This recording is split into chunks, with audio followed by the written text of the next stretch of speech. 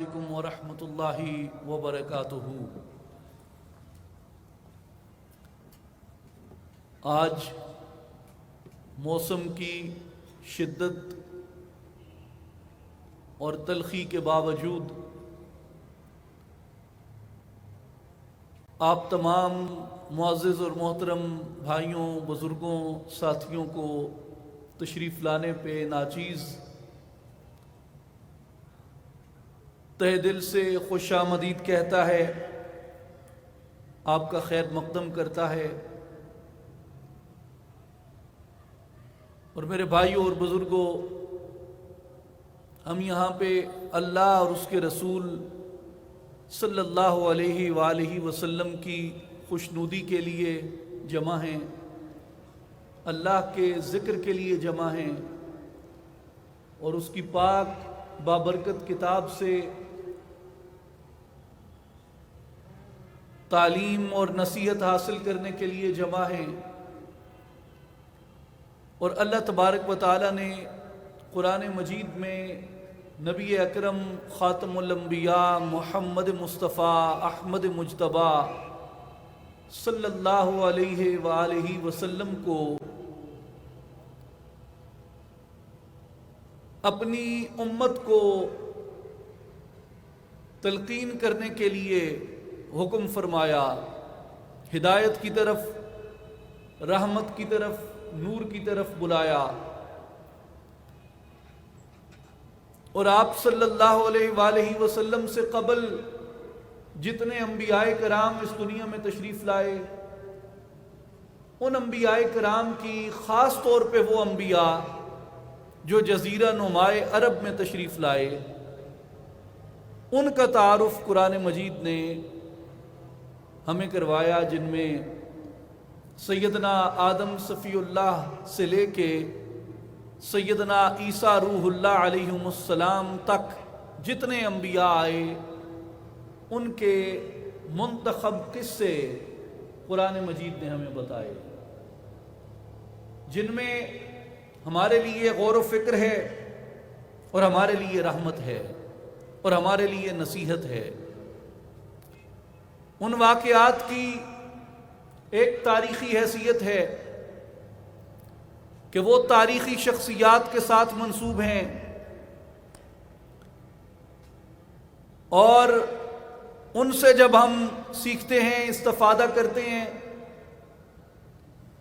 تو ہم انسانیت کی تاریخ سے، انسانی اخلاق کے ارتقاء سے، انسانی تمدن جس طریقے سے پھلا پھولا پھیلا، اس سے آشنا ہوتے ہیں،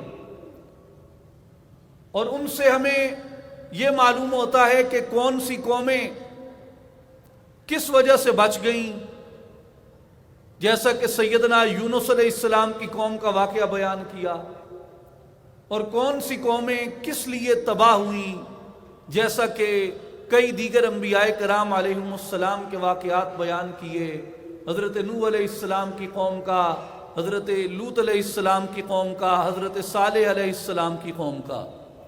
تو قرآن سے ہمیں قوموں کی فطرت پتہ چلتی ہے کہ کون سی قوم حضرت یونس علیہ السلام کی قوم کے خواص رکھتی ہے، اور کون سی قوم دیگر انبیاء کی اقوام کے خواص رکھتی ہیں۔ تو جو قوم جن جیسے خواص رکھتی ہے، جو قوم قرآن مجید میں بیان کی گئی، ان گزشتہ امم اور گزشتہ قوموں جیسی جو عادتیں رکھتی ہے، آپ اس قوم کا حال اور مستقبل بآسانی قرآن مجید سے معلوم کر سکتے ہیں۔ جن کی حرکتیں، عادتیں، سرکشیاں، نافرمانیاں، عدم اطاعت، عدم اتباع، کتاب کو جھٹلانا، پیغام کو جھٹلانا، انبیاء سے روگردانی کرنا، ان کے پیغام سے روگردانی کرنا، جن کے ہاں قوم نوح علیہ السلام کی طرح ہوتا ہے، تو لا محالہ ان پہ طوفان آتے ہیں، ان پہ آفتیں آتی ہیں، ان پہ بلائیں آتی ہیں، ان کے آثار اور نشان تک مٹا دیے جاتے ہیں۔ لیکن وہ قومیں جو اپنے دلوں میں نرم ہوتی ہیں، جو اپنی نیتوں میں خالص ہوتی ہیں، جو اپنی گناہوں اور اپنی سرکشی پہ ندامت رکھتی ہیں، اللہ تبارک و تعالیٰ قوم یونس علیہ السلام کی طرح ان اقوام کے مقدر کو بدل دیتا ہے، ان کے لیے نجات اور ہدایت کو عام فرما دیتا ہے۔ اور ایک ان واقعات کی جو اللہ تعالیٰ نے قصے انبیاء کرام کے بیان فرمائے، ایک ان قصص کے بیان میں صوفیاء کرام نے نقطہ نظر اختیار کیا۔ مثال کے طور پہ حضرت سیدنا محی الدین ابن العربی رحمۃ اللہ تعالی علیہ نے اور حضرت امام نجم الدین کبرا رحمۃ اللہ تعالی علیہ نے اور حضرت امام فخر الدین رازی رحمۃ اللہ علیہ نے اور حضرت مولانا جلال الدین رومی رحمۃ اللہ تعالی علیہ نے اور ان کے علاوہ دیگر صوفیاء کرام نے جس طریقے سے ان انبیاء کرام کے واقعات کو بیان کیا، تو وہ ایک ایسا پہلو ہے جس میں وہ یہ بتاتے ہیں کہ یہ واقعات تاریخ میں گزر چکے، تاریخ میں ہو چکے، تمہارے لیے عبرت بھی ہے، تمہارے لیے سبق بھی ہے، تمہارے لیے علم بھی ہے، مگر اس کے ساتھ ساتھ اگر تم فطرت میں غور کرو تو فطرت تمہیں یہ دکھاتی ہے کہ عین ممکن ہے یہ سارے واقعات جو اللہ نے قرآن مجید میں انبیاء کے بیان کیے ہیں، ہو سکتا ہے تمہاری عملی زندگی کے اندر انفرادی طور پہ تمہارے اپنے اندر یہ واقعات بیت رہے ہوں، جیسے اللہ نے سیدنا ابراہیم علیہ السلام اور نمرود کے واقعات کو بیان کیا۔ تو کبھی غور کرو، ہو سکتا ہے کہ نفس کی صورت میں تمہارے اپنے اندر کوئی نمرود رہتا ہو سکتا ہے حسد اور شہوت اور حرص کی صورت میں تمہارے نمرود نفس نے تمہاری خاطر تمہارے اندر کوئی آگ جلا رکھی ہو جس میں وہ تمہیں بھسم کرنا چاہتا ہے۔ جس طرح حضرت یونس علیہ السلام کے بارے میں مولانا جلال الدین رومی کہتے ہیں کہ لوگوں اگر غور کرو تو یہ دنیا تمہیں ایک سمندر کی طرح محسوس ہوگی، تمہارا جسم تمہیں مچھلی کی طرح محسوس ہوگا، تمہاری روح تمہیں حضرت یونس علیہ السلام کا پتہ دیتی ہے، اور اس دنیا کے سمندر میں جسم کی مچھلی کے پیٹ میں روح کی نجات یونس علیہ السلام کی طرح کثرت کے ساتھ اللہ کی حمد و ثنا کرنے میں ہے۔ جو جتنی حمد و ثنا کرے گا، یونس علیہ السلام کی صفت جو اللہ نے بیان کی کہ ان کو ان کی کثرت حمد و ثنا نے مچھلی کے پیٹ سے محفوظ کر دیا۔ تو دنیا کے سمندر میں جسم کی مچھلی میں جس کی روح اللہ کے ذکر کی جانب جتنی رغبت رکھتی ہے، جتنا میلان رکھتی ہے، وہ اسی قدر اس جسم کی آفتوں سے نجات پا جاتا ہے۔ جس طرح علامہ اقبال رحمۃ اللہ علیہ بیان کرتے ہیں، موسیٰ و شبیر و فرعون و یزید ایند و قوت از حیات آمد پدید۔ موسیٰ علیہ السلام خیر کی قوت ہیں، فرعون شر کی قوت ہے، تو دنیا میں خیر اور شر کی جنگ جاری ہے۔ سیدنا امام علی مقام، نواسہ رسول، جگر گوشہ بطول، سید الشہداء حضرت امام حسین رضی اللہ تعالی عنہ، آپ خیر کی نمائندگی کرتے ہیں، یزید شر کی نمائندگی کرتا ہے۔ دنیا میں خیر اور شر کیا آج برسر پیکار نہیں ہے؟ ایند و قوت از حیات آمد پدید۔ اگر زندگی میں فطرت میں غور کرو تو تمہیں قرآن بھی یہ بتائے گا کہ حزب الرحمن اور حزب الشیطان ہمیشہ برسر پیکار رہتے ہیں۔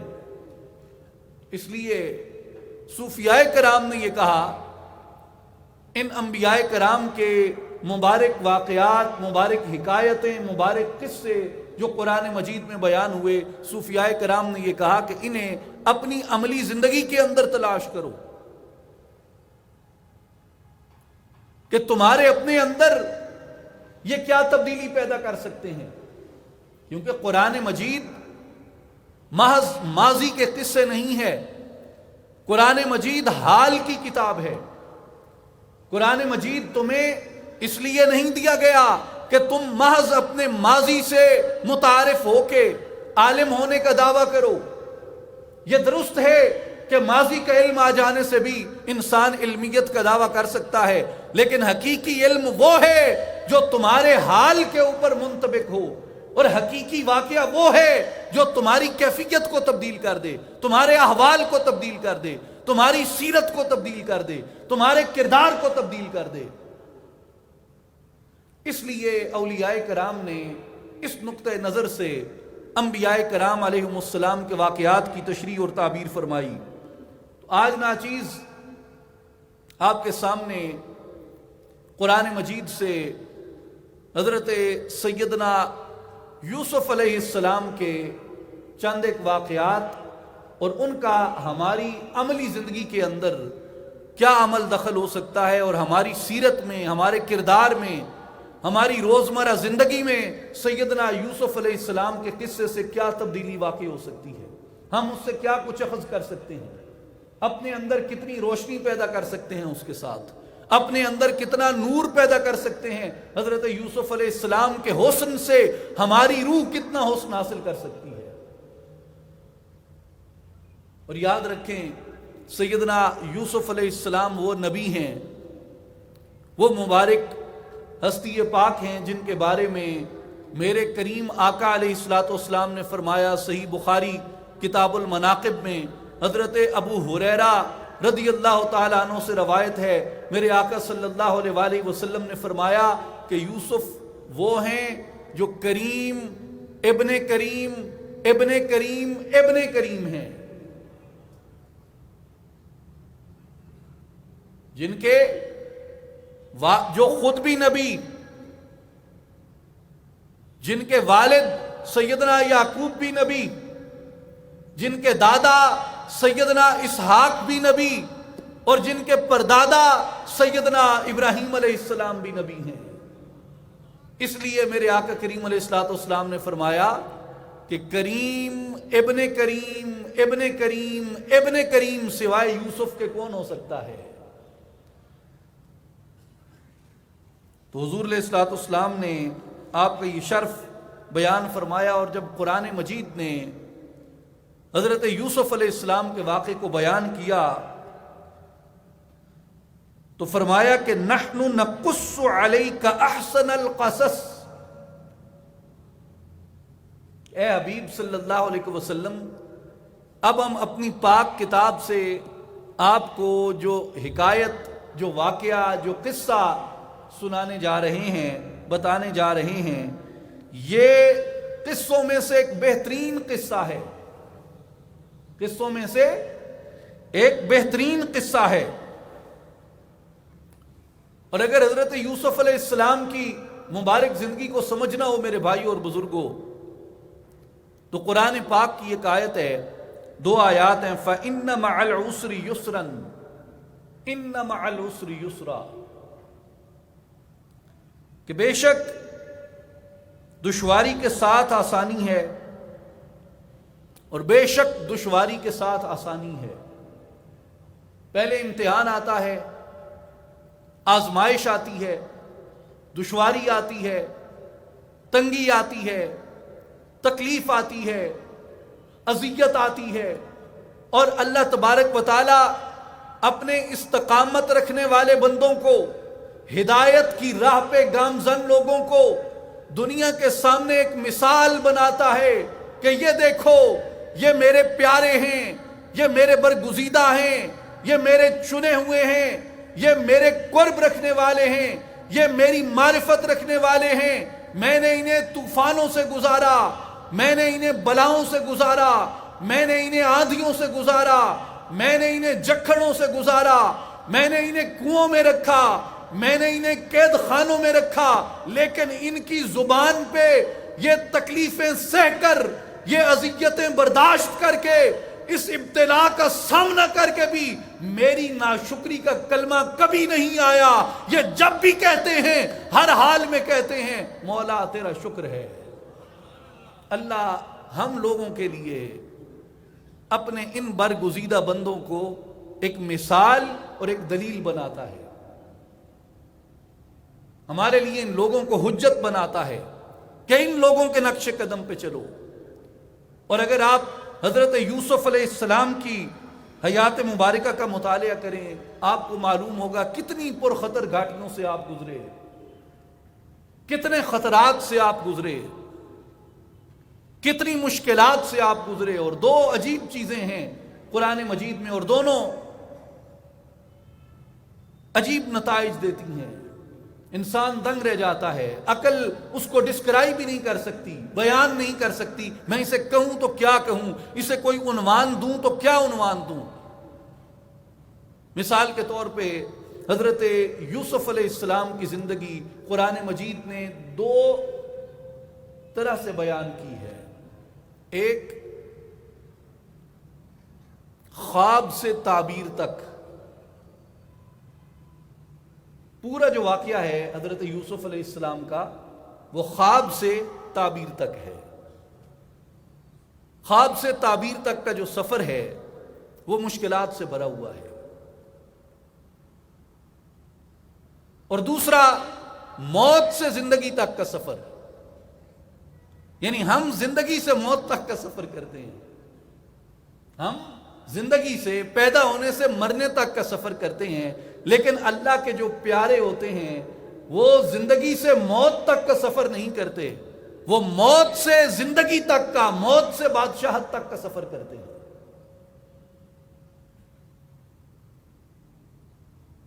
حضرت یوسف علیہ السلام نے اپنے والد گرامی سیدنا حضرت یعقوب علیہ السلام کی بارگاہ اقدس میں عرض کی، ابا جان، میں نے ایک خواب دیکھا ہے، انی رأیت 11 کوكبا والشمس والقمر رأیتهم لی ساجدین.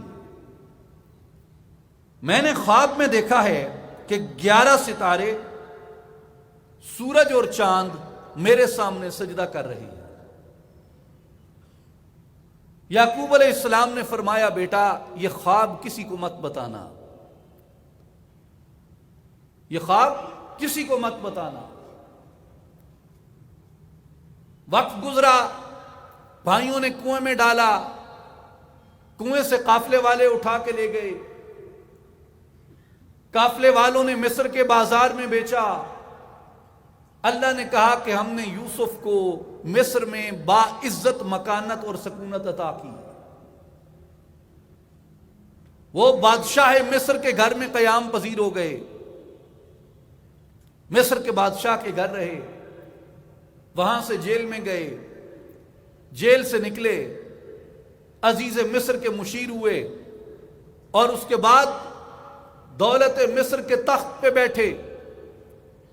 اور آپ کے والد گرامی، آپ کے بھائی، آپ کے اہل خانہ طویل مدت بعد، جس میں اختلاف رائے موجود ہے مفسرین کا، مگر زیادہ تر نے 40 برس کی مدت لکھی، اس خواب سے یہاں تک 40 برس بیت گئے. 40 برس بیتنے کے بعد جب آپ کے اہل خانہ وہاں آئے، آپ نے ان سب کو وَرَفَعَ أَبَوَيْهِ عَلَى الْعَرْشِ وَخَرُّوا لَهُ سُجَّدًا. آپ کے گھر والے جب آئے، آپ نے ان کو تخت پہ متمکن کیا، تو جو لوگ تھے ساتھ، ان کے بھائی تھے، وہ آپ کے سامنے سجدہ ریز ہوئے. وَقَالَ يَا أَبَتِ هَذَا تَأْوِيلُ رُؤْيَايَ. فرماتے ہیں کہ ابا جان، یہ اس خواب کی تعبیر ہے جو میں نے آپ کو سنایا تھا. تو حضرت یوسف علیہ السلام کا جو سفر ہے وہ خواب سے تعبیر تک کا سفر ہے. اس میں ہمارے لیے نصیحت کیا ہے؟ ہمارے لیے نصیحت یہ ہے کہ اللہ تعالیٰ جب ہمارے سینوں پہ کسی احسن چیز کو، کسی اعلیٰ چیز کو منکشف کرتا ہے، کسی اعلیٰ چیز کو کھولتا ہے، مثال کے طور پہ حکیم الامت علامہ محمد اقبال رحمۃ اللہ علیہ کے سینے پہ اللہ نے ایک مملکت کا خواب دکھایا جو اسلامیان ہند کے تمدن کی، ثقافت کی، زبان کی محافظ ہوگی. یہ ایک خواب تھا، اور اس خواب کی تعبیر کے لیے برسہ برس گزرے، لاکھوں لوگوں نے بیٹیوں نے، ماؤں نے جانوں کی، عزتوں کی، دولت کی، جاگیروں کی قربانی دی اور اس عظیم مملکت کو حاصل کیا.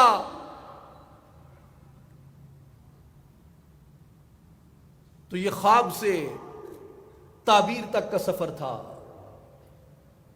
جو اذیتوں سے بھرا تھا، مشکلات سے بھرا تھا، آفتوں سے بھرا تھا. اور جس چیز کو تم حقیقتاً پانا چاہتے ہو وہ چیز تمہیں کبھی آزمائے بغیر نہیں ملتی. وہ تمہاری ہمت کا، صبر کا، عزم کا امتحان لیے بغیر تمہارے ہاتھ میں نہیں آ جاتی. علامہ اقبال رحمۃ اللہ علیہ فرماتے ہیں، اور مجھے اس میں حضرت یوسف علیہ السلام کی انسپریشن نظر آتی ہے، تخت جمو دارا سر راہ نفروشند، این کوہ گرانست بکاہ نفروشند، با خون دل خیش خریدن دیگر آموز. اقبال کہتے ہیں کہ لوگوں، دارا و جمشید کی سلطنت راستوں میں فروخت نہیں ہوتی کہ راہ چلتے تمہیں قوموں کا مالک بنا دیا جائے، سلطنت کا وارث بنا دیا جائے. کوہ گرانست، یہ بہت بھاری پہاڑ ہے، بکاہ نفروشند، گھاس کو نہیں بیچا جاتا. یہ پہاڑ جس میں اٹھانے کی سکت نہ ہو، جس میں اٹھانے کی ہمت نہ ہو، جس میں اٹھا سکنے کی طاقت اور جرت نہ ہو، یہ بھار اسی کے کندھوں پہ رکھا جاتا ہے جو اس پہاڑ کو اٹھانے کی سکت رکھتا ہے. اور اسے اٹھانے کی سکت کیسے پیدا ہوتی ہے؟ با خون دل خیش خریدن دیگر آموز، اپنے دل کا خون دے کے اس بوجھ کو اٹھایا جاتا ہے، اپنے خون جگر سے اس کو اٹھایا جاتا ہے. تو میرے بھائیوں، ہم ایک خواب دیکھتے ہیں، جب تکلیفیں آتی ہیں تو ہم یہ سمجھتے ہیں کہ شاید میرا خواب پورا نہیں ہو سکتا، ہم خواب ادھورا چھوڑ کے واپس بھاگ آتے ہیں. لیکن یوسف علیہ السلام کا واقعہ یہ بتاتا ہے، جب خواب دیکھو، اذیتیں آئیں، ابتلا آئے، مصیبتیں آئیں، آفتیں آئیں، تو پیچھے ہٹنے کی بجائے، زندان سے ڈرنے کی بجائے، مصر کے بازار سے ڈرنے کی بجائے، دشمنوں سے، قحط سے ڈرنے کی بجائے، استقامت کے ساتھ کھڑے ہو جاؤ. جو تمہیں یہاں تک لے کے آیا ہے وہ آگے بھی تمہیں کامیابیاں عطا کرے گا.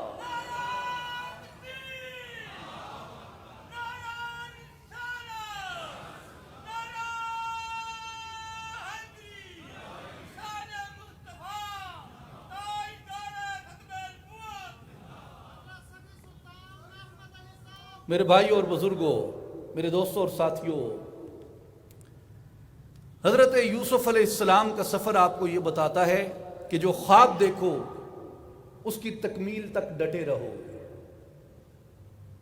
چاہے آفتیں آئیں، ابتلا آئے، تکلیف آئے، مشکل آئے، اس کا سامنا کرو، اس پہ استقامت دکھاؤ، اس پہ صبر دکھاؤ، اس پہ جرت دکھاؤ، اور یہ ثابت کرو کہ میں یوسف علیہ السلام کا ماننے والا ہوں.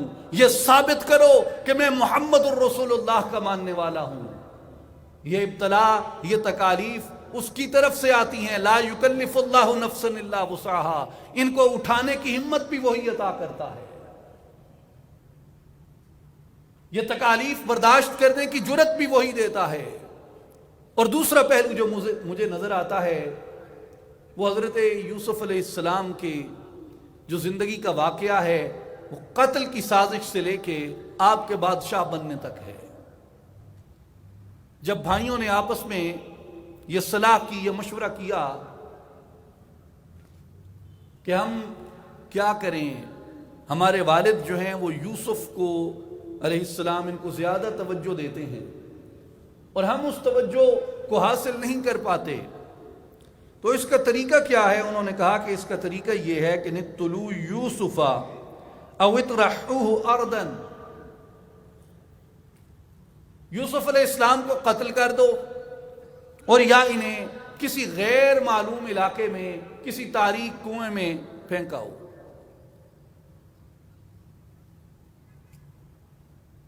اب جو پہلی صلاح تھی گو کہ انہوں نے نہ کیا وہ حضرت یوسف علیہ السلام کا قتل تھا. اتفاق رائے ان کا دوسری سے بات پہ ہوا کہ انہیں کسی ویرانے میں چھوڑ آئیں، کسی کنویں میں پھینک آئیں، لیکن جو پہلی صلاح تھی وہ یوسف علیہ السلام کے قتل کی تھی۔ اب قتل سے یہ سفر شروع ہوتا ہے۔ اللہ تعالیٰ ارشاد فرماتا ہے قرآن مجید سورہ یوسف میں، جب یوسف علیہ السلام اللہ کے حضور دعا کرتے ہیں، دعا کیا کرتے ہیں؟ رب قد آتیتنی من الملک، مولا یہ سلطنت اور یہ دولت، یہ مملکت اور یہ بادشاہی مجھے تو نے عطا فرمائی ہے۔ سفر کہاں سے شروع ہوا؟ قتل کی سازش سے، اور کہاں پہ لے گیا؟ یوسف کو تخت مصر کی بلندیوں پہ سرفراز کیا۔ میرے بھائی اور بزرگوں، اس سے کیا معلوم ہوتا ہے؟ اس سے ہمیں یہ معلوم ہوتا ہے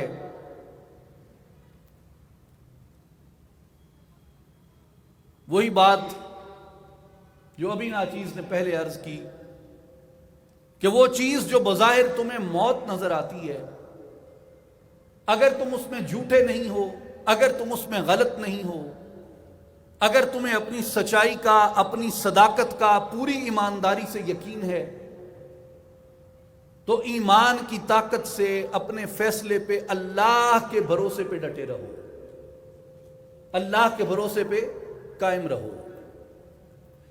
جب تک تم قائم ہو، جب تک تم ڈٹے ہوئے ہو، صداقت کے ساتھ، معصومیت کے ساتھ، سچائی کے ساتھ، بے گناہی کے ساتھ، اس پہ جب تک تم ڈٹے ہوئے ہو، اللہ کی مدد تمہارے ساتھ ہے۔ مشکلات آئیں گی، تکالیف آئیں گی، لیکن ایک وقت آئے گا جب تخت مصر تمہارے قدموں میں ہوگا۔ اور دوسرا اس سے جو صوفیاء کرام بیان فرماتے ہیں وہ یہ فرماتے ہیں کہ ہر سفر، اگر آپ اولیاء کو دیکھیں، اولیاء کی زندگی کو مطالعہ کریں، تو ان کے اندر بھی سیدنا یوسف علیہ السلام کے اس سفر کی پیروی پائی جاتی ہے۔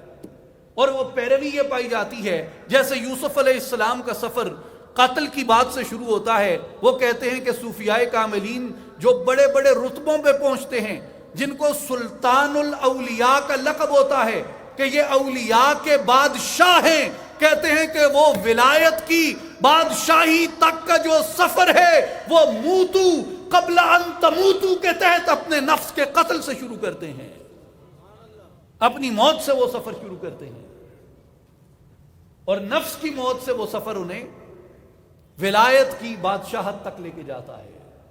اس لیے کہ جب تک نفس نہیں مرتا، جب تک نفس قابو میں نہیں آتا، جیسے حضرت سلطان العارفین سلطان باہو رحمۃ اللہ علیہ فرماتے ہیں کہ باج فقیراں کسے نہ ماریا یا حضرت باہو، اے ظالم چور اندر داہو۔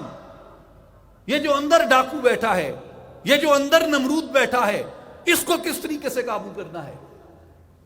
اس کے لیے یہ ایک جنگ ہے جو ہمارے وجود کے اندر جاری رہتی ہے۔ اب اس میں اولیاء اللہ فرماتے ہیں کہ اگر تم غور کرو تو تمہیں محسوس ہوگا کہ جو تمہاری روح ہے، جو تمہاری روح ہے، وہ حسن یوسف ہے، وہ جمال یوسف ہے، وہ جمال یوسف ہے۔ اب باقی بیٹوں کو بھی نعمتیں میسر تھیں، یعنی ان کے والد کی طرف سے جس نے انہیں، جو ان کے پیدائش کا سبب تھا، جو ان کی پیدائش کا سبب تھا، جو ان کا والد تھا، اس کی طرف سے انہیں بھی نعمتیں میسر تھیں، چھت میسر تھی، گھر میسر تھا، آزادی میسر تھی، کھانا میسر تھا، رقم میسر تھی، عزت میسر تھی، سارا کچھ میسر تھا، مگر جو یعقوب کی والد کی حقیقی محبت تھی وہ ان بیٹوں سے بھی تھی، کم نہ تھی، مگر یوسف سے زیادہ تھی۔ تو وہ کہتے ہیں کہ لوگوں، جو تمہارا نفس ہے، جو تمہارا نفس ہے، یہ یوسف کے ساتھ شراکت اس لیے رکھتا ہے کیونکہ یہ جانتا ہے کہ اسے گو کے نعمتیں میسر ہیں جو باپ بغیر فرق کے سب بیٹوں کو دیتا ہے۔ اس نفس کو بھی وہ نعمتیں میسر ہیں جیسے یعقوب علیہ السلام نے بیٹوں کو دی تھی، مگر یہ نفس یہ جانتا ہے کہ ان دونوں کو پیدا کرنے والے کی، ان دونوں کے خالق کی جو توجہ اور لطف ہے حقیقتاً وہ یوسف کے اوپر ہے جو ہماری روح ہے۔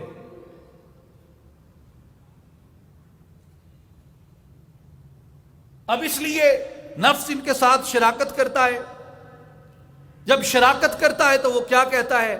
وہ کہتا ہے کہ اس روح کو یا تو کچل دو، یا تو ختم کر دو، اس کا گلا گھونٹ دو، اور یا اس کو کسی تاریک ویرانے میں ڈالاؤ جہاں سے اس کا کوئی ولی وارث نہ ہو۔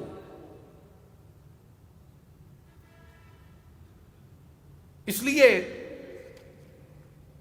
فلما ذهبوا به واجمعوا ان يعجلوه في غیابۃ الجب، پھر ان کے درمیان قرار کیا پایا، اسے لے گئے اور رائے یہی ٹھہری کہ اس کو جا کے اندھے کنویں میں ڈال دیں۔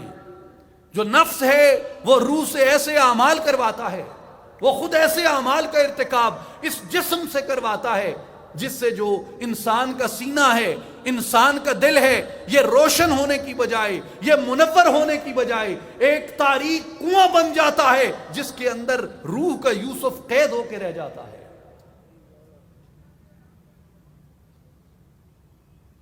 اور اولیاء اللہ کی ساری تعلیمات کا خلاصہ اور مرکز یہ ہے، مرکزی نقطہ ان کی تعلیمات کا یہ ہے کہ تم اپنی روح کے یوسف کو اس اندھیرے کنویں سے نجات کس طریقے سے دلا سکتے ہو۔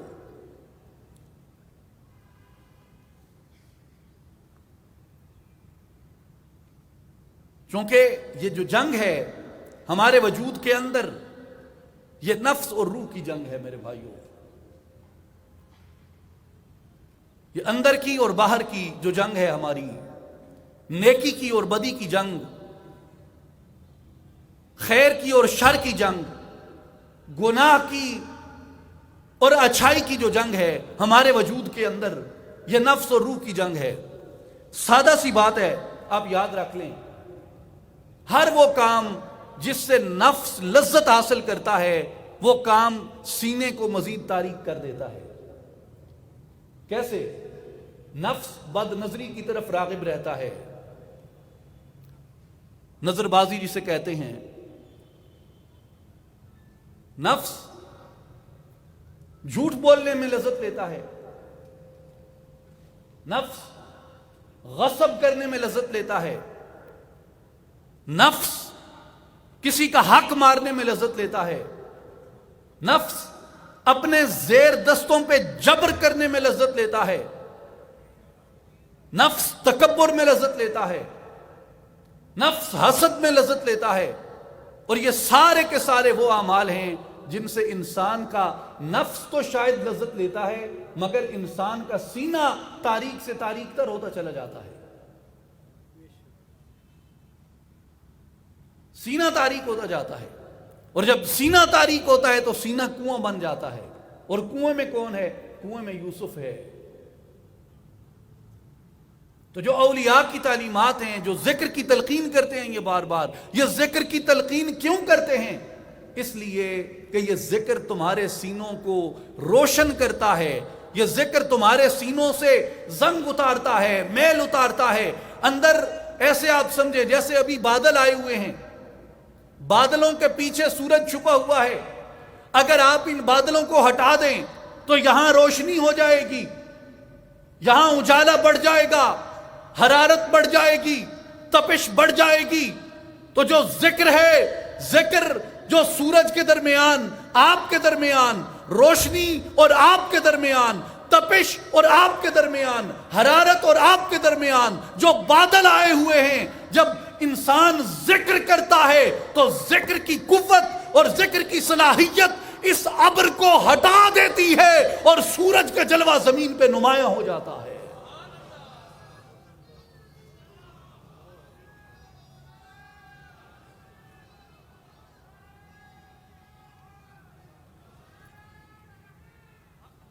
یہ سورج کو نمایاں کرتا ہے زمین دل کے اوپر، زمین دل کے اوپر آفتاب حقیقت کا پرتاؤ بڑھ جاتا ہے، جیسے جیسے مطلع صاف ہوتا جاتا ہے زمین دل روشن ہوتی جاتی ہے۔ لیکن یہ ابر ہٹتے کیسے ہیں؟ یہ اللہ کے ذکر سے ہٹتے ہیں۔ اور جب زمین روشن ہو جاتی ہے تو روشنی کا استعارہ کہا، روشنی کا استعارہ ہے کہ یوسف علیہ السلام تخت مصر پہ متمکن ہو گئے، جہاں فانوس جلتے ہیں، جہاں روشنیاں ہیں، جہاں اندھیرا نہیں ہے۔ اس لیے میرے دوستوں اور بزرگوں، اولیاء اللہ فرماتے ہیں کہ حضرت یوسف علیہ السلام کی اگر موافقت کرتے ہو اور محبت رکھتے ہو یوسف علیہ السلام سے، تو اپنے نفس کی مخالفت کرو، اپنی روح کی موافقت کرو، اندھیرے کی مخالفت کرو، روشنی کی موافقت کرو، سرکشی کی مخالفت کرو، اطاعت محمد مصطفیٰ کی موافقت اختیار کرو، حضور کی اتباع اختیار کرو۔ حضور کی اتباع سے تمہارا نفس سرکشی سے باز آ جاتا ہے، نفس امارگی سے باز آ جاتا ہے، اور امارہ ہونے سے لوامہ بن جاتا ہے، لوامہ سے ملہمہ بن جاتا ہے، ملہمہ سے مطمئنہ بن جاتا ہے۔ جب نفس مطمئنہ بن جاتا ہے، اللہ تمہیں مبارک دیتا ہے کہ آؤ اب میرے برگزیدہ بندوں میں داخل ہو جاؤ، آؤ اب میری جنتوں میں داخل ہو جاؤ۔ میرے بھائیوں، اس کے بعد قرآن مجید بیان کرتا ہے کہ ان کے یوسف علیہ السلام کے بھائیوں نے بہت ہی سستے داموں سرکش غلام قرار دے کے حضرت یوسف علیہ السلام کو وہ جو قافلہ گزر رہا تھا ان کے ہاتھوں بیچ دیا۔ پھر حضرت یوسف علیہ السلام کو ان قافلے والوں نے لے جا کر انہوں نے بازار مصر میں بیچ دیا۔ اب جب بازار مصر میں گئے تو یہاں مختلف مفسرین نے روایات بیان کی ہیں، بعض انہیں تخیلاتی کہتے ہیں، بعض انہیں اسرائیلیات کا حصہ کہتے ہیں۔ جو بھی ہے، اس میں ایک سبق بڑا مزیدار ہے، ایک لیسن اس کے اندر بہت ہی لطیف اور باریک ہے۔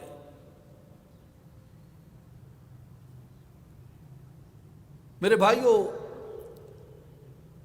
ایک بڑھیا کا واقعہ بیان کیا جاتا ہے کہ جب یوسف علیہ السلام بازار مصر میں تھے تو کچے دھاگے لے کے ایک بڑھیا آ گئی۔ انہوں نے کہا کہ تو نے کیا کرنا ہے، کدھر آئی ہے؟ کہتی ہے میں نے اس بچے کو خریدنا ہے۔ انہوں نے کہا کیا قیمت لائی ہے؟ کہتی ہے میرے پاس یہ کچے دھاگے ہیں، ان کے عوض میں خریدنا چاہتی ہوں۔ انہوں نے کہا کہ کیا تجھے معلوم ہے کہ اس بچے کی قیمت یہی ہے؟ تو اس خاتون نے کہا کہ مجھے معلوم ہے اس بچے کی یہ قیمت نہیں ہے، مگر میری استطاعت اتنی ہی تھی، اس لیے میری جتنی بھی استطاعت تھی میں یوسف کے خریداروں میں اپنا نام لکھوانے آئی ہوں۔ ایک پہلی بات تو اس میں یہ ہے، اگر اس واقعے کی، اس بڑھیا کی تحسین کی جائے تو تحسین تو اس کی یہ ہے کہ یار استطاعت ہو جتنی بھی، چاہے پلے میں شاہ مصر کا خزانہ نہ ہو، کچے دھاگے پڑے ہوں، لیکن اگر یوسف بازار میں آ جائے تو خریدنے کے لیے چل پڑا کرو۔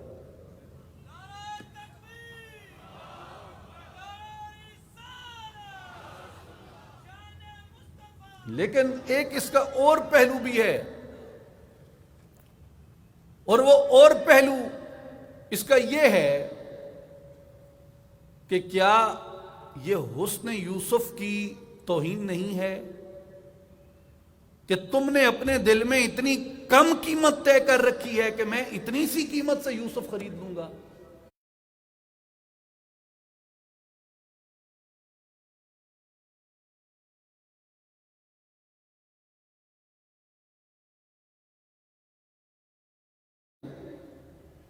جیسے حضرت امام جامی امام عبد الرحمن جامی رحمۃ اللہ علیہ جو سلطان العاشقین ہیں، امام جامی رحمۃ اللہ تعالی علیہ نے یہ بیان کیا کہ پے سر عرفان پے سر عرفان متن تار فکرت خریدار یوسف مشوزی کلابا،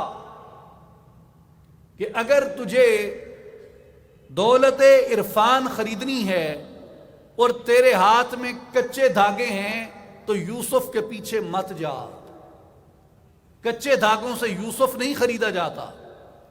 تو امام جامی رحمۃ اللہ علیہ کی اس مثال سے یہ اخذ کیا جاتا ہے کہ یوسف کون ہے؟ یوسف روح ہے. اور وہ بڑھیا کون ہے؟ وہ بڑھیا ہمارا ناقص ارادہ یا ہمارا ناقص بدن ہے. اور وہ کچے دھاگے کیا ہیں؟ وہ کچے دھاگے وہ ہمارے کم اعمال ہیں، وہ ہمارے تزکیہ کی کمی ہے، اور وہ ہماری خواہشات نفس ہیں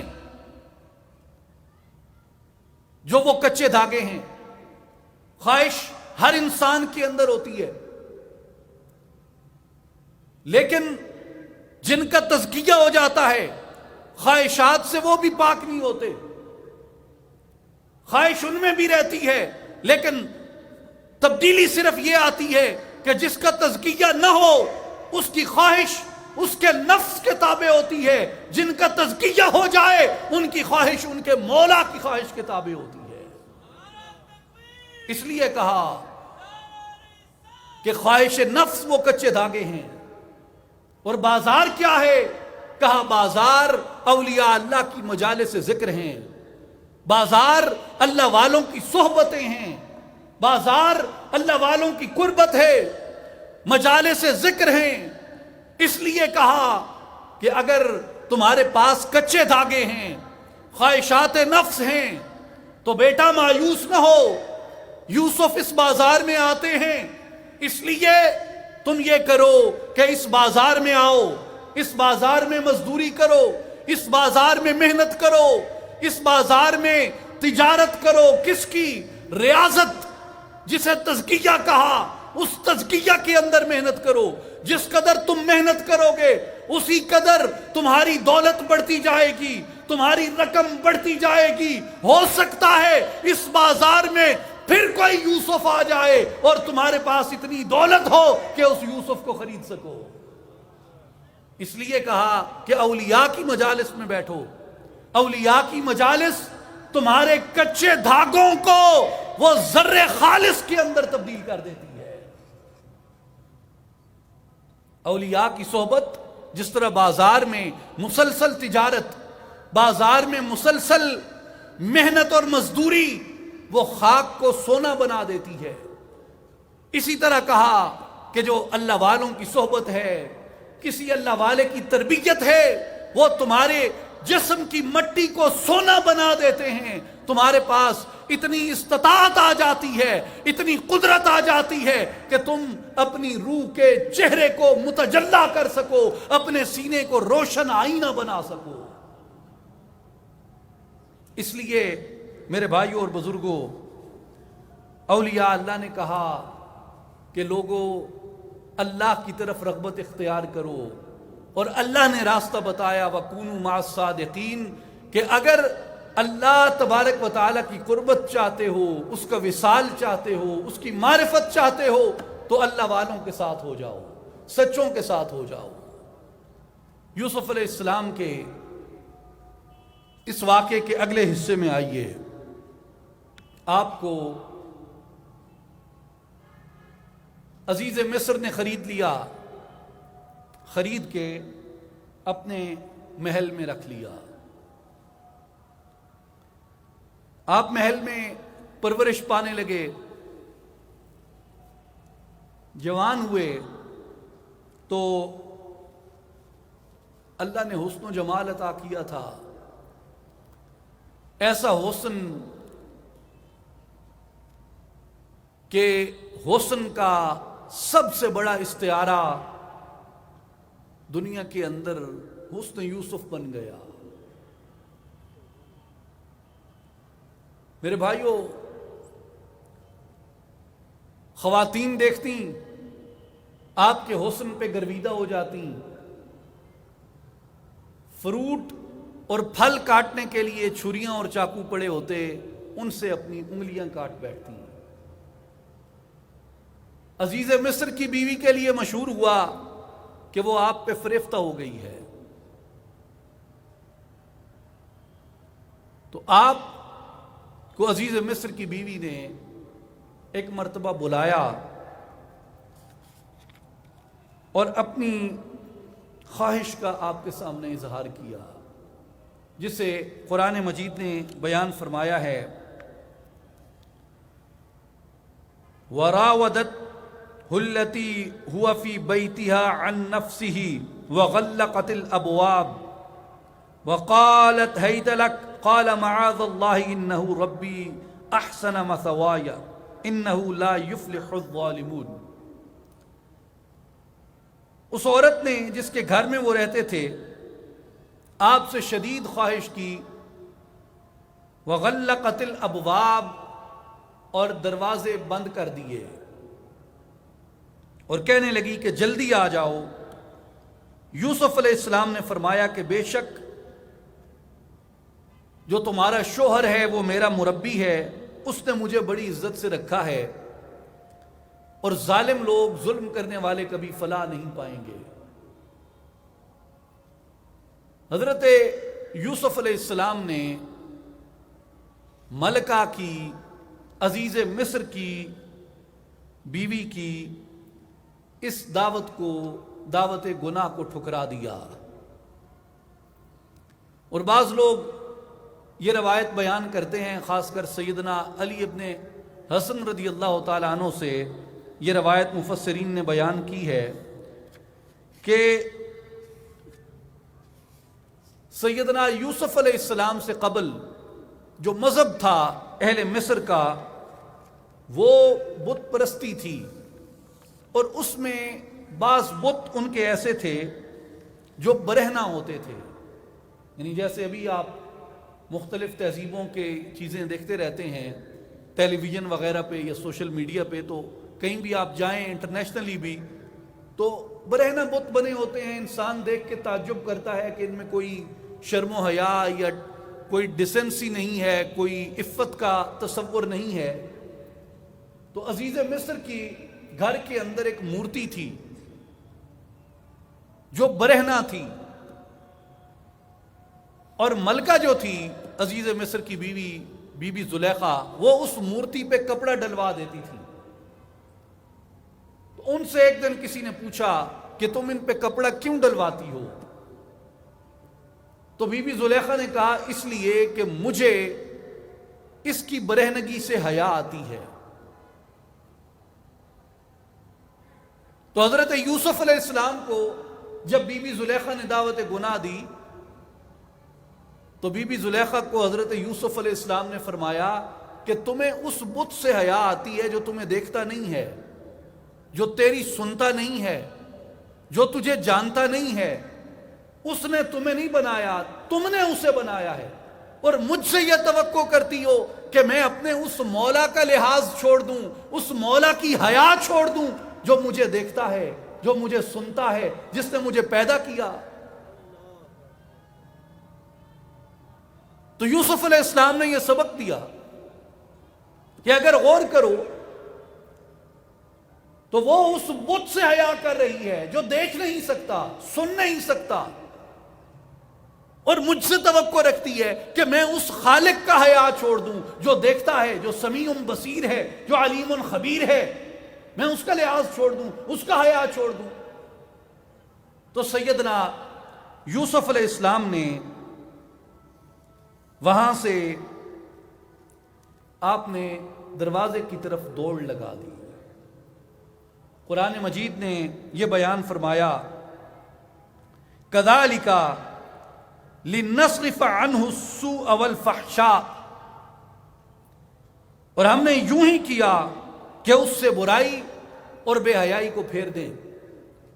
اور اللہ تعالیٰ نے حضرت یوسف علیہ السلام کو وہاں پہ اپنی نشانی دکھائی اور حضرت یوسف علیہ السلام نے اللہ تبارک و تعالیٰ کی بارگاہ میں یہ دعا کی، قال رب السجن احب الی مما یدعوننی الیہ، عرض کی رب العالمین مجھے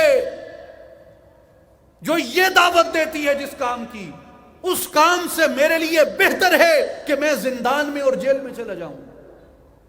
اب وہ دعوت گناہ دے رہی ہے اور پیغمبر ہے، وہ کیا کہتے ہیں کہ میرے لیے جیل میں جانا بہتر ہے بجائے اس کے کہ میں اس عمل بد کو، اس فعل بد کو اختیار کروں۔ میرے بھائیوں اور بزرگوں، یہ ہمارے لیے سبق ہے ایک نبی کی سیرت سے کہ اگر تمہیں وقت کی زلیخا بھی دعوت دے گناہ کی، اللہ کے حیا میں، اللہ کے خوف میں، اللہ کے شرم میں، اللہ کی غیرت میں اس گناہ کو ترک کرو۔ اپنی عصمت کی، اپنی پاک دامنی کی، اپنی طہارت کی حفاظت کرو، اپنی آبرو کی حفاظت کرو۔ اور میرے بھائی اور بزرگوں، اس میں ایک سبق اللہ والوں نے بیان کیا۔ وہ کہتے ہیں کہ اب دروازے تو بند تھے، دروازوں پہ تالے لگے تھے، بی بی زلیخا نے دروازے بند کیے تھے۔ حضرت یوسف علیہ السلام کو معلوم تھا کہ یہ دروازے پیچھے سے کھل نہیں سکتے، ان پہ تالے لگے ہیں، لیکن آپ نے پھر بھی دروازوں کی طرف دوڑ لگا دی اور دل میں دعا کرتے جاتے ہیں کہ رب العالمین میری عصمت کی، میری آبرو کی حفاظت فرما اور مجھے اس شر سے محفوظ فرما۔ اب یوسف علیہ السلام کو معلوم ہے، یوسف علیہ السلام کو معلوم ہے کہ تالے کھل نہیں سکتے، دروازے کھل نہیں سکتے، مگر پھر بھی وہ دروازوں کی طرف دوڑ رہے ہیں۔ لیکن جس دروازے کے قریب پہنچتے ہیں وہ دروازہ کھل جاتا ہے، یوسف علیہ السلام گزر جاتے ہیں۔ پھر دوسرے دروازے کے سامنے جاتے ہیں بھاگتے ہوئے، سامنے جاتے ہیں، تالا ٹوٹ جاتا ہے اور یوسف علیہ السلام گزر جاتے ہیں۔ اسے سبق کیا ملا؟ میرے بھائی اور بزرگوں، میرے بھائی اور بزرگوں، یاد رکھیں، آپ گندم بوتے ہیں، آپ کے کام میں، آپ کے حصے میں جو چیز ہے وہ کیا ہے؟ مہربانی آپ تشریف رکھیں، مہربانی مہربانی بزرگوں، اللہ آپ کو خوش رکھے۔ میرے بھائی اور بزرگوں، آپ گندم چلاتے ہیں، کچھ چیزیں آپ کی قدرت میں ہیں اور کچھ چیزیں آپ کی قدرت میں نہیں ہیں۔ آپ ہل چلاتے ہیں، یہ آپ کی قدرت میں ہے۔ آپ دانا بوتے ہیں، یہ آپ کی قدرت میں ہے۔ آپ فرٹیلائزر لگاتے ہیں، یہ آپ کی قدرت میں ہے۔ آپ کھال سے پانی وہاں تک لے کے آتے ہیں، یہ آپ کی قدرت میں ہے۔ آپ گندم کی کٹائی کرتے ہیں، یہ آپ کی قدرت میں ہے۔ آپ اس کے دانے کو، بھوسے کو، سٹے کو الگ کرتے ہیں، یہ آپ کی قدرت میں ہے۔ لیکن دانے کو، پھل کو پکانے کے لیے سورج کو اس کے اوپر لے کے آنا، کیا یہ آپ کی قدرت میں ہے؟ اس میں ذائقہ پیدا کرنے کے لیے ایک چاند پیدا کرنا، چاند نکال کے اس پہ لانا، کیا یہ آپ کی قدرت میں ہے؟ اس پودے کو پیدا ہونے کے لیے بارش سے پانی برسانا، دریاؤں سے پانی پہنچانا، زمین کے اندر سے پانی نکال کے اس فصل تک پہنچانا، کیا یہ آپ کی قدرت میں ہے؟ زمین میں پانی کون پیدا کرتا ہے؟ دریاؤں کو روانی کون بخشتا ہے؟ بادلوں کو بارش کے لیے کون لاتا ہے؟ کچھ کام ہوتے ہیں جو ہماری قدرت میں ہوتے ہیں، کچھ کام ہوتے ہیں جو ہماری قدرت میں نہیں ہوتے، کچھ کام ہوتے ہیں جو ہمارے اختیار میں ہوتے ہیں، کچھ کام ہوتے ہیں جو ہمارے اختیار میں نہیں ہوتے، وہ ہمارے مولا کے اختیار میں ہوتے ہیں۔ ہم وہ نہیں کر سکتے جو ہمارے اختیار میں نہیں ہے، لیکن ہم وہ تو کر سکتے ہیں جو ہمارے اختیار میں ہے۔ اس سے معلوم ہوا کہ دروازے بند تھے، یوسف علیہ السلام کے اختیار میں نہ تھا کہ ان دروازوں کو کھول سکتے، لیکن یوسف کے اختیار میں تھا کہ وہ دروازوں کی طرف دوڑ لگا کے جا سکتے تھے، مگر اللہ کے اختیار میں تھا کہ وہ دروازے کھول سکتا تھا۔ یوسف علیہ السلام اپنا اختیار استعمال کرتے گئے، اللہ اپنا اختیار استعمال کرتا رہا۔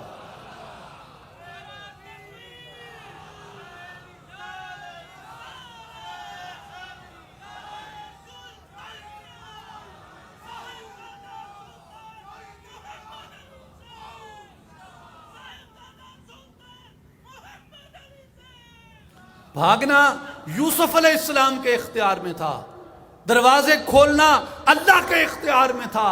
جب بندے نے اپنی نیکی کی حفاظت کے لیے، خیر کی حفاظت کے لیے، آبرو کی حفاظت کے لیے اپنا اختیار استعمال کرنا شروع کیا، اللہ نے معجزے نمایاں کرنا شروع کر دیے۔ تو میرے بھائیو، یہ دو طرفہ ہوتا ہے۔ لیس للانسان الا ما سعی، انسان کے حصے میں ایک کاوش رکھ دی گئی ہے، یہ کاوش تو کرے، یہ کوشش تو کرے، یہ محنت تو کرے۔ علامہ اقبال نے کہا تھا، زندگانی کی حقیقت کوہ کن کے دل سے پوچھ، جوئے شیرو تیشو سنگے گرا ہے زندگی۔ مراد کیا ہے کہ زندگانی کی حقیقت فرہاد کے دل سے پوچھو۔ زندگی مشقتوں کا نام ہے۔ جوئے شیر پہاڑ ہے، پہاڑ کھود کے تم نے دودھ کی نہر نکالنی ہے۔ تیشا، تمہارے پاس ایک تیشا ہے، تیشے سے پہاڑ کھودا جا سکتا ہے کیا؟ ایک تیشے سے ایک شخص اتنا بڑا پہاڑ کھود کے نہر کیسے نکال سکتا ہے؟ سنگے گراں، وہ پہاڑ کیسے کھودو گے؟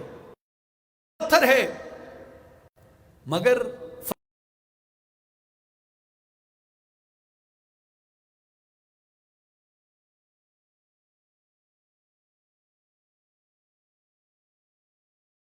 کھودتا رہتا ہے، جب وہ کام کا آغاز کرتا ہے، خود اتنے بڑے پہاڑ کو اپنے روبرو دیکھتا ہے، پہاڑ کو روبرو دیکھ کے اس کی عقل حیرت میں جاتی ہے، اس کی عقل نفی کرتی ہے، کہتی ہے فرہاد یہ پہاڑ تم سے کھودا نہ جائے گا۔ اس کے احساسات اسے کہتے ہیں کہ تیرے میں اتنی ہمت کہاں، تو یہ کیسے کر سکتا ہے؟ گزرتے چلتے راہگیر اسے دیکھتے ہیں، کہتے ہیں فرہاد مجنون ہو گیا، فرہاد دیوانہ ہو گیا، فرہاد کے حواس کھو گئے، فرہاد کی عقل کھو گئی۔ ارے بابا کیوں کھو گئی؟ ارے اس لیے کھو گئی کہ یہ پہاڑ ہے، اس کے پاس تو ایک معمولی سا تیشہ ہے، کیا معمولی تیشے سے یہ اتنا بڑا پہاڑ کھود سکتا ہے؟ فرہاد نے کہا ہاں میں بھی یہ سوچتا ہوں، میں بھی یہ گمان کرتا ہوں، میرے بھی احساسات یہ کہتے ہیں، میری بھی عقل یہ کہتی ہے کہ پہاڑ نہیں کھودا جا سکتا۔ ایک تیشے سے ایک مزدور، ایک کوکن اسے نہیں کھود سکا، مگر کہتا ہے جب مجھے شیریں کے حسن کا خیال آتا ہے، شیریں کے وصل کا خیال آتا ہے، تو میری روح کہتی ہے، میرا جذبہ کہتا ہے کہ فرہاد ایک پہاڑ کو کیا، شیریں کے وصل کے لیے تم ہزاروں پہاڑ بھی کھود سکتے ہو۔ انسان جب سلوک کی دنیا میں قدم رکھتا ہے، جب معرفت کی دنیا میں قدم رکھتا ہے، جب ذکر کو اختیار کرتا ہے، تو خود سوچتا ہے کہ میں حد میں مقید ہوں، وہ بے حد ہے، میں بدی میں گرا ہوں، وہ پاک ہے، میں قیود میں ہوں، وہ حد کیسے، وہ نظر آنے سے ماورا ہے، وہ چھوئے جانے سے ماورا ہے، میں اس کا وصل کیسے پا سکتا ہوں، میں اس کا قرب کیسے پا سکتا ہوں؟ لیکن اس کی نفی کرتے ہیں، حوصلہ شکنی کرتے ہیں کہ قرب حق کی باتیں کرتے ہو، معرفت کی باتیں کرتے ہو، کیسے پا سکتے ہو اس کو؟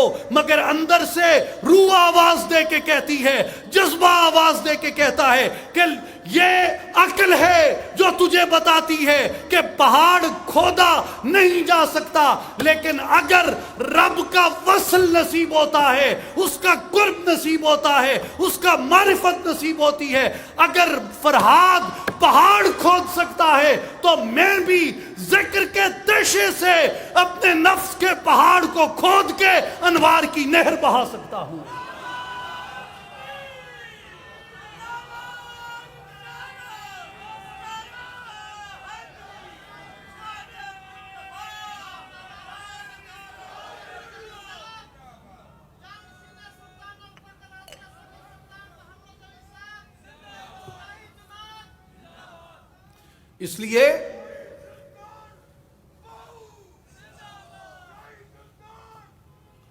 اس لیے بعض دفعہ حواس سے انکار کر دیتے ہیں، مگر انسان اپنے ذمے کا کام کرتا جائے تو وہ اپنے ذمے کا کام کرتا جاتا ہے۔ آپ کا کام کیا ہے، ہمارا کام کیا ہے؟ دم کی حفاظت کرنا، سانس کی حفاظت کرنا، ارادے کی حفاظت کرنا کہ سانس اس کے ذکر سے غافل نہ جائے، ارادہ اسی کی جانب لگ جائے، ہر چیز اسی کی جانب متوجہ ہو جائے۔ جب ارادہ اس کی جانب ہو جائے گا، سانس اس کی جانب ہو جائے گی، تو پھر میرا کام تیشہ چلائے جانا ہے۔ وہ جو شاہ حسین جسے چرخہ کہتے ہیں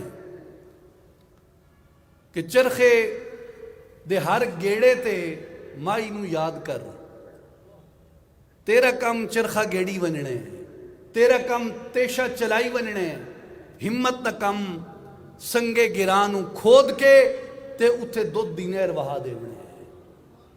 زندگانی کی حقیقت کو کن کے دل سے پوچھ، جوئے شیر و تیشہ و سنگے گراں ہے زندگی۔ لیکن میرے بھائیوں،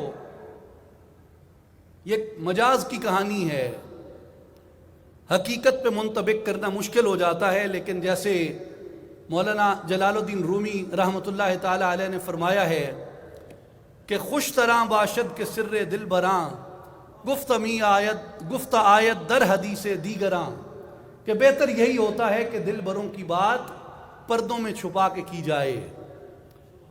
تو اس لیے میرے بھائیوں، اب یہ مجاز کی باتیں ہیں، مگر آپ یہ دیکھیں، اگر آپ چند لمحوں کے لیے شیریں کا تصور ہٹا دیں فرہاد کے قصے سے، فرہاد کے قصے سے شیریں کا تصور ہٹا دیں، تو کیا فرہاد نہر کھود سکتا ہے؟ تیشہ چلا سکتا ہے؟ پہاڑ اپنی جگہ سے ہلا سکتا ہے؟ نہیں کر سکتا۔ کیوں؟ کہ اس کے پاس کوئی منزل نہ رہی، کوئی مراد نہ رہی، کوئی مقصد نہ رہا، کوئی نصب العین نہ رہا، جستجو کا کوئی مرکز نہ رہا۔ میرے بھائیوں، ایک بندہ بے مقصد زندگی گزارتا ہے، اس کے سامنے کوئی مقصد نہیں ہوتا، اس کے سامنے کوئی جستجو نہیں ہوتی، اس کے سامنے کوئی منزل نہیں ہوتی، اس کے سامنے کوئی نصب العین نہیں ہوتا، تو اس کی کہانی کا نہ آغاز ہوتا ہے، نہ اس کی کہانی کا انجام ہوتا ہے، نہ اس کی کہانی کا کوئی سبق ہوتا ہے۔ اس لیے جو فرہاد کا سارا قصہ ہے، وہ شیریں کے تصور کے اوپر قائم ہے۔ اگر شیریں کو ہٹا دیں، نہ فرہاد کی ہمت ہے، نہ اس کا تیشہ ہے، نہ پہاڑ کھودا جا سکتا ہے، نہ کچھ اور کیا جا سکتا ہے۔ اس لیے کسی محبوب کا، کسی مطلوب کا، کسی مقصود کے قرب کا نصب العین انسان کے سینے کے اندر ہونا ضروری ہے۔ اس لیے اولیاء اللہ کہتے ہیں کہ لوگو، تم نے دنیا کی چاہت بھی کرنی ہے، حسینوں کے خد و خال کی چاہت بھی کرنی ہے، حسینوں کی زلفوں کی چاہت بھی کرنی ہے، باغات کی چاہت بھی کرنی ہے، مکانات کی چاہت بھی کرنی ہے، ہر چیز کی چاہت کرنی ہے، مگر یاد رکھو ساری چاہتیں اپنی جگہ بجا ہو سکتی ہیں، لیکن سب سے اعلیٰ چاہت تمہارے مولا کی چاہت ہے۔ اپنے مولا کو نصب العین بنا لو، اپنے مولا کو اپنی منزل بنا لو، اس کی معرفت اپنا مقصد بنا لو، اس کی طلب اپنی زندگی کا حاصل بنا لو۔ جو اس کی طلب رکھتا ہے، جو اس کی جستجو رکھتا ہے، جو اس کو پانے کی مراد اپنے دل میں رکھتا ہے، اس کو وہ جذبے بھی عطا کر دیتا ہے، اس کو وہ ہمتیں بھی عطا کر دیتا ہے، اس کو وہ جستجویں بھی عطا کر دیتا ہے، اس کو وہ تاریخ کے اندر امر بھی کر دیتا ہے، اور یہ وعدہ بھی کرتا ہے تم میرا ذکر کرو، میں تمہارا ذکر کروں گا۔ اپنے حصے کا کام تم کرو، جو میری قدرت میں ہے میرے خزانوں میں کمی نہیں دیکھو گے۔ یوسف کی طرح دوڑ لگانا تمہارا کام ہے، ہر بند دروازے کو وہ کھولتا چلا جائے گا تمہارے اوپر۔ اس لیے میرے بھائیوں اور بزرگوں، یہ حضرت سیدنا یوسف علیہ السلام کی مبارک واقعے سے ہمارے اندر اللہ تبارک و تعالی نے یہ ایک جستجو کا راستہ واضح فرمایا ہے کہ پاک دامنی کی حفاظت کی کوشش کرو، اپنے آپ کو اس کی طرف نعرہ تکبیر، نعرہ رسالت، نعرہ خلافت،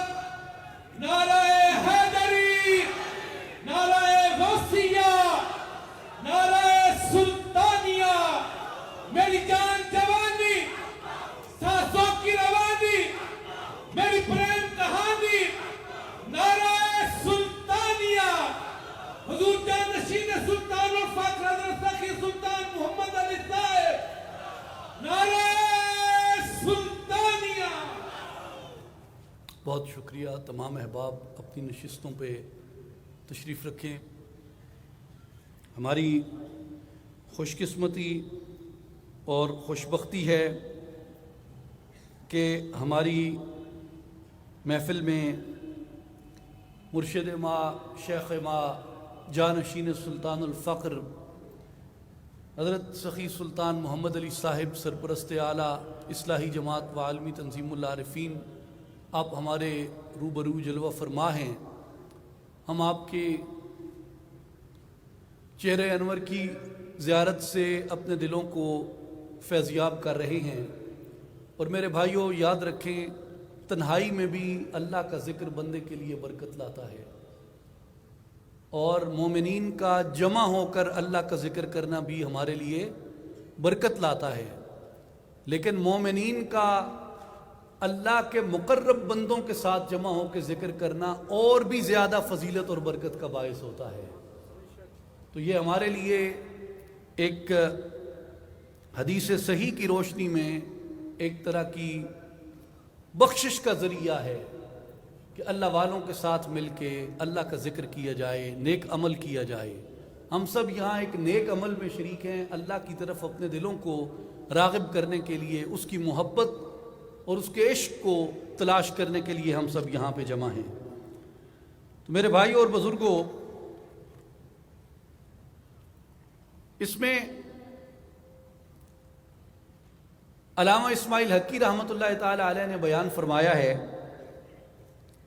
کہ جو قرآن مجید میں یہ وارد ہوا کہ وَرَاوَدَتْهُ، بی بی زلیخا نے حضرت یوسف کو ورغلایا، تو وہ کہتے ہیں کہ اگر یہاں پہ غور کرو تو دو چیزیں تمہیں پتہ چلتی ہیں، دنیا اور دل. دنیا اور دل. جو دنیا ہے یہ خوش نما روپ دھار کے آتی ہے اور تمہیں اپنی جانب ورغلاتی ہے. اگر تمہارا دل مومن ہے، تصدیق کرنے والا ہے، ایمان والا ہے، تو تمہارا دل نقش قدم یوسفی پہ قائم رہے گا. نقش قدم یوسفی پہ قائم رہے گا اور دنیا کے ورغلانے کے باوجود بھی اس کے ورغلانے میں نہیں آئے گا. لیکن اگر تم نے اپنے دل کو آوارہ چھوڑ دیا ہے، دل سے تصدیق نہیں کی، دل میں ایمان نہیں ہے، تو پھر دنیا کے ورغلانے میں تمہارا دل بھی ورغلایا جائے گا.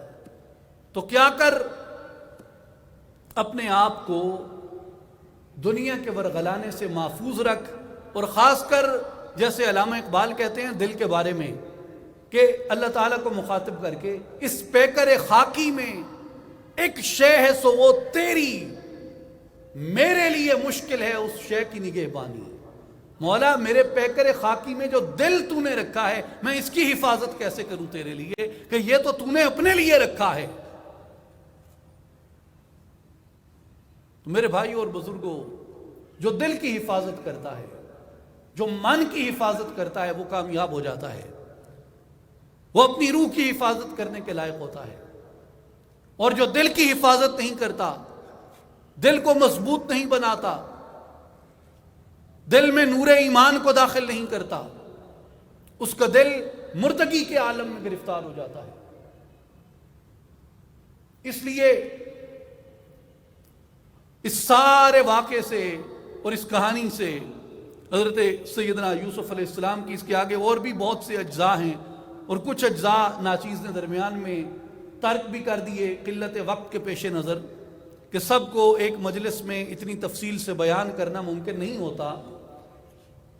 مگر بتانا صرف یہ مقصود تھا کہ اگر آپ صوفیاء کی تعلیمات کو دیکھیں تو آج بھی جو واقعہ حضرت یوسف علیہ السلام ہے، آپ کو یوں لگے گا کہ جیسے یہ واقعہ میں پڑھ نہیں رہا، یہ واقعہ میں بتا رہا ہوں. ایک ہوتا ہے بتانا، بتانا کہتے ہیں سٹوری ٹیلنگ. ظاہر میں یہ واقعات بتائے جاتے ہیں لیکن اولیاء کے ہاں یہ واقعات بتائے جاتے ہیں، اور بتانا ہوتا ہے ایکسپیرینسنگ سم تھنگ، کسی چیز کو اپنے اوپر تجربہ کرنا، اس کی کیفیت سے گزرنا۔ جب آپ اولیاء کی تعلیمات میں آتے ہیں، اولیاء آپ کو یہ واقعات بتاتے بھی ہیں اور بتاتے بھی ہیں، بتاتے بھی ہیں اور بتاتے بھی ہیں۔ یعنی وہ یہ کہتے ہیں کہ اپنی روح کو یوسف سمجھ اور اپنے من کو کنواں سمجھ، اور کوشش کر ذکر کے ساتھ کہ ابر ہٹ جائے، سورج کا جلوہ زمین دل پہ ظاہر ہو جائے، تاکہ تیرے اندر کا کنواں تاریک نہ رہے، تیرا یوسف روشنی کے اندر رہے۔ مولانا رومی رحمت اللہ علیہ فرماتے ہیں، کیست یوسف آن دلے حق جوئے تو، چوں اسیرے بستہ اندر کوئے تو۔ یوسف کیا ہے؟ یوسف کون ہے؟ فرمایا کہ تیرا حق کا متلاشی دل تیرا یوسف ہے، جو تیرے اندر کے زندان میں قید ہے، تیرے اندر کے اندھیروں میں قید ہے۔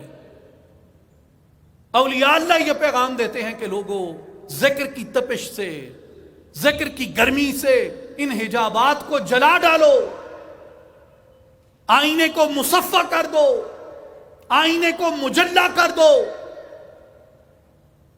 تمہارا سینہ جب روشن ہو جائے گا، تمہیں اپنے اندر سے یوسف کا حسن نظر آئے گا۔ میرے بھائی اور بزرگوں، اس لیے حضرت سخی سلطان باہو رحمت اللہ تعالی علیہ نے اور تمام اولیاء نے ذکر کی دعوت دی کہ ذکر کو اختیار کرو۔ لِكُلِّ شَيْءٍ ثِقَالَةٌ وَالثِّقَالَةُ الْقُلُوبِ ذِكْرُ اللَّهِ۔ ہر چیز کو صاف کرنے کے لیے کوئی نہ کوئی آلہ ہوتا ہے، مگر اپنے من کو صاف کرنے کے لیے، دل کو صاف کرنے کے لیے اللہ کا ذکر ہے۔ اللہ کے ذکر سے اپنے دل کو صاف کرو۔ اور وہ کیا کہتے ہیں؟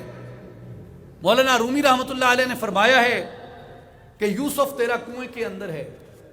ایک قافلہ آیا ہے، قافلے نے رسی لٹکا دی ہے، قافلے نے رسی لٹکا دی ہے، کہا اب رسی کو پکڑ اور ہمت کے ساتھ اپنے آپ کو کنویں کی تاریکیوں سے اس دنیا کے اجالے کے اندر لے کے آ۔ کنواں کیا ہے؟ وہ فرماتے ہیں کنواں غفلت ہے تیرے اندر کی۔ اور یوسف کیا ہے؟ کہا وہ تیری روح ہے۔ اور رسی کیا ہے؟ فرمایا رسی تیری سانسیں ہیں۔ اور باہر کا نظارہ کیا ہے؟ کہا باہر روشنی ہے۔ گویا اپنے آپ کو انوار آفتاب حقیقت کے روبرو لانا ہے، حقیقت کے سورج کے سامنے آ کے روشنی پانا، یہ اس کنویں سے باہر نکلنا ہے۔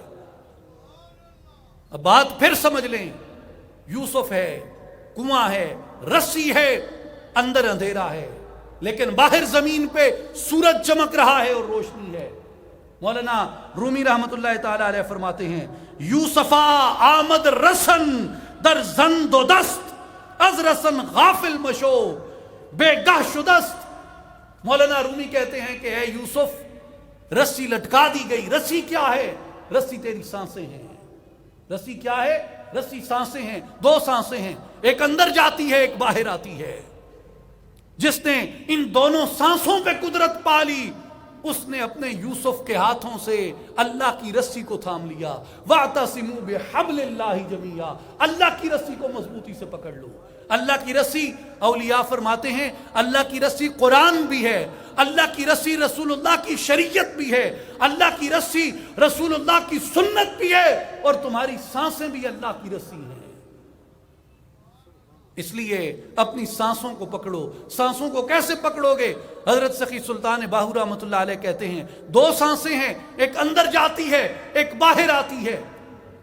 جو اندر جائے اسے بھی اللہ کے ذکر میں لگا دو، جو باہر آئے اسے بھی اللہ کے ذکر میں لگا دو۔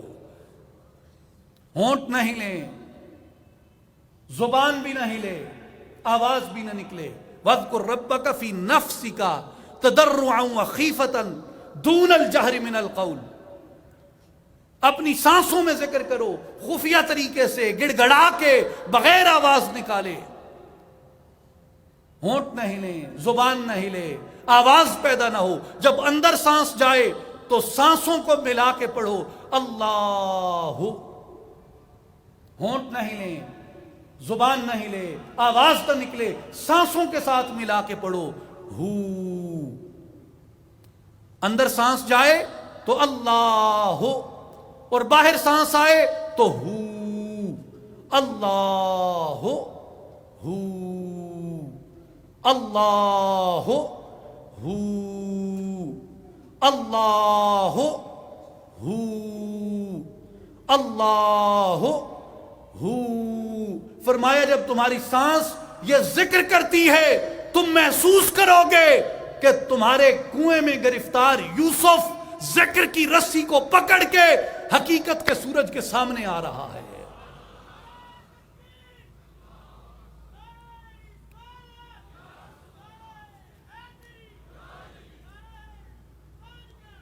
اس لیے میرے بھائیوں اور بزرگوں، ہمارے مرشد کریم جانشین سلطان الفقر حضرت سخی سلطان محمد علی صاحب آپ کے پاس یہی دعوت لے کے آتے ہیں، یہی پیغام لے کے آتے ہیں۔ اصلاحی جماعت حضرت سخی سلطان باہو رحمۃ اللہ علیہ کی درگاہ سے یہی پیغام لے کے آتی ہے کہ لوگوں آؤ، اللہ کا ذکر اختیار کرو، اپنے یوسف کی قدر کرو، اپنے یوسف کی حفاظت کرو، اس تاریک کنویں سے اسے نکال کے باہر لے آؤ۔ اللہ تعالی ہم سب کو اپنے یوسف کی حفاظت کی توفیق عطا فرمائے اور اسے اندر کے بند کنویں سے نکال کے ذکر کی رسی سے انوار آفتاب کے سامنے اس کو اپنی مشاہدہ نصیب فرمائے۔ ان اللہ وملائکتہ یصلون علی النبی یا ایھا الذین آمنوا صلوا علیہ وسلموا تسلیما اللہم صل علی سیدنا و مولانا محمد وعلی آل محمد وبارک وسلم وآخر دعوانا ان الحمد للہ رب العالمین۔